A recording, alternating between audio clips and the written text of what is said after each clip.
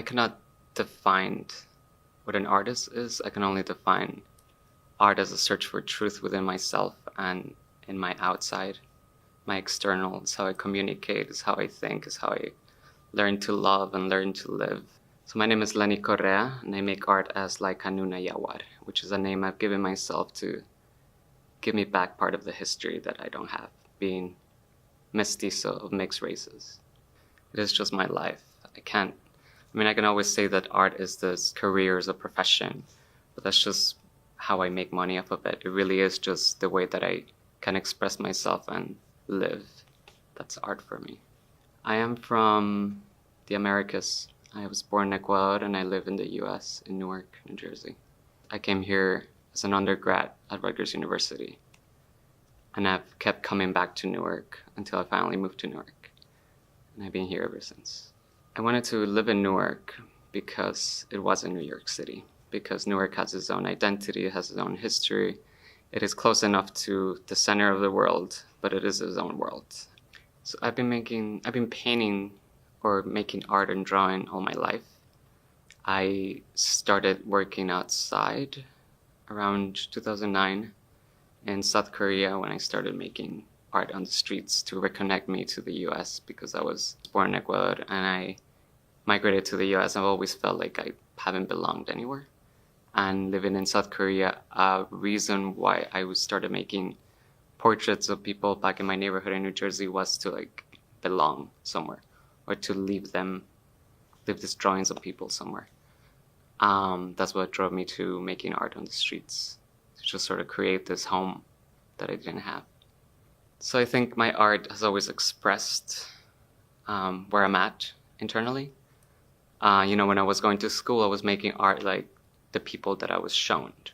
I was making art like Western painting, a space where I didn't really see myself, or where I couldn't find people like myself. When I finished school and I started making art for myself, it led me to the street, because that's where people like myself were, or where I could find community. And that's why I started painting people that looked like me, people of color. And I started seeing that my role as an artist can be one of a bridge or an amplifier. I can amplify voices like mine through monumental painting, through color, through investigating what it means to be a person of color on the streets that you walk, with a mural that can affect you personally. Well, to make art in the US is sometimes, it's like a double-edged sword, because the US does not, or in the general population, we don't appreciate artists as much as, let's say, other countries. But at the same time, the US exports culture. It's the only thing it actually creates and exports. And most of that culture is coming from Black America or Latino America, or a mix of cultures.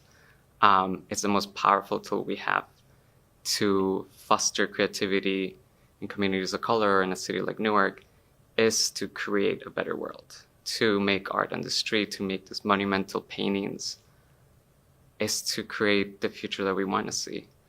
It goes against the idea of advertisement, where the people that are there already paid for, they're already bought.